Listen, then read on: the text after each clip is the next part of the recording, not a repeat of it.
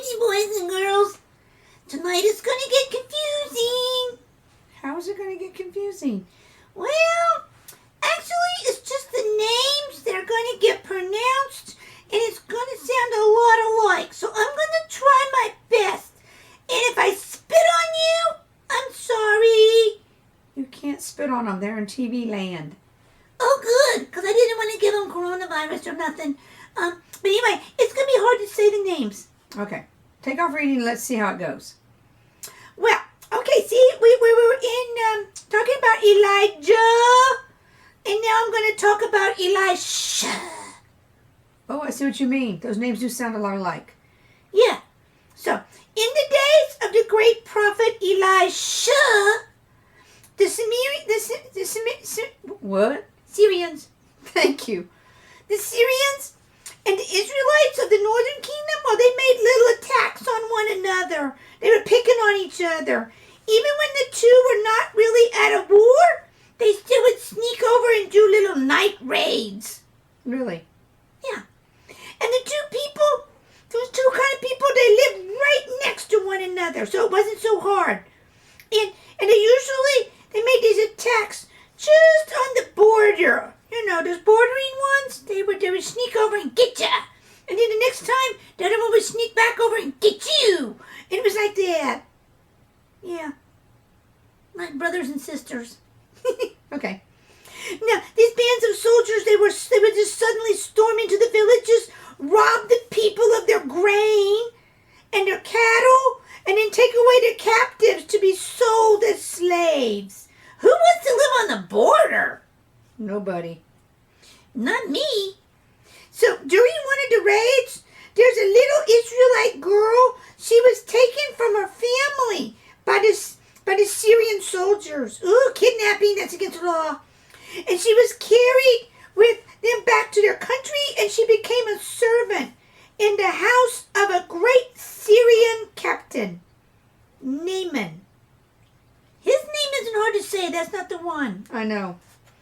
So probably she was sad and lonely away from her family. She's just a kid. But God always lets things happen for the good, even if it starts out stinky. And this little small girl, she was able to do great good in this strange land. You just wait and see. Okay. Naaman, the servant's girl's master, he had won many battles, and he was a favorite of the king of Syria. Yep, favorite guy. But this brave and strong soldier became sick with a terrible disease called leprosy. No. I didn't ask the question yet. Is this like coronavirus? No. No. Read. You'll figure it out. Well, Naaman and his family, they were distressed, and the king was sorry because there was no way to cure leprosy. It was a person who had leprosy, oh, here it comes, got terrible sores on his body, and eventually he would die. Ooh, from the itchies? Kind of. No one wanted to come near a leper person for fear that they would get the disease too. And even though Naaman was a great man, he was sure to die. Oh boy. The little Israelite girl, I don't know what she's got to do with this, but anyway, she lived in Naaman's house and had forgotten about God and the prophets of God who lived in her own land. She don't forget. She got a good brain. Mm-hmm. She felt sorry for her master, but she was too timid to go to him. She's just a little kid. And instead, she went to Naaman's wife. Oh, that's a good one. She would be the mistress. And told her that in Israel, there was a prophet of God who could cure Naaman. Yeah, just like, say the magic words or do something. So when Naaman heard of this prophet, he went straight to the king and told him about it. And the king was interested and gave Naaman a letter to take to the king of Israel, asking that he try to heal the captain. Besides the letter, Naaman took away many servants and gifts on his trip, to Israel. And when Naaman gave the king of Israel the letter, the king was worried. He knew that he could not heal the man. Are you sure? Can I read that again? Sure, read it again. When Naaman gave the king of Israel the letter, the king was worried. He knew that he could not heal the man. Oh yeah, he thought he was supposed to do the job. No, not him. He was afraid the king of Syria was only trying to stir up trouble. Oh, I got it. Another deception. Yeah. Well, Elisha, S-H-A. Remember that. Elisha, the prophet, heard that the king of Israel was worried. So he sent word to Naaman. He was to come to him. When Naaman and his servants, they came to the prophet's house, Elisha, S-H-A, did not even come out to meet him. How unhospitable. What? Unhospitable. Yeah. He simply sent word by his servant that Naaman was to wash 7 times in the Jordan River. Ugh, gross. There's gonna be bird droppings and everything in that river. That's disgusting. It was kind of disgusting. So, what happened? Well, he would be very well. Yuck. Washing in that river? Never. Keep going. Naaman grew very angry when he heard what Elisha wanted him to do. It's disgusting, I told you.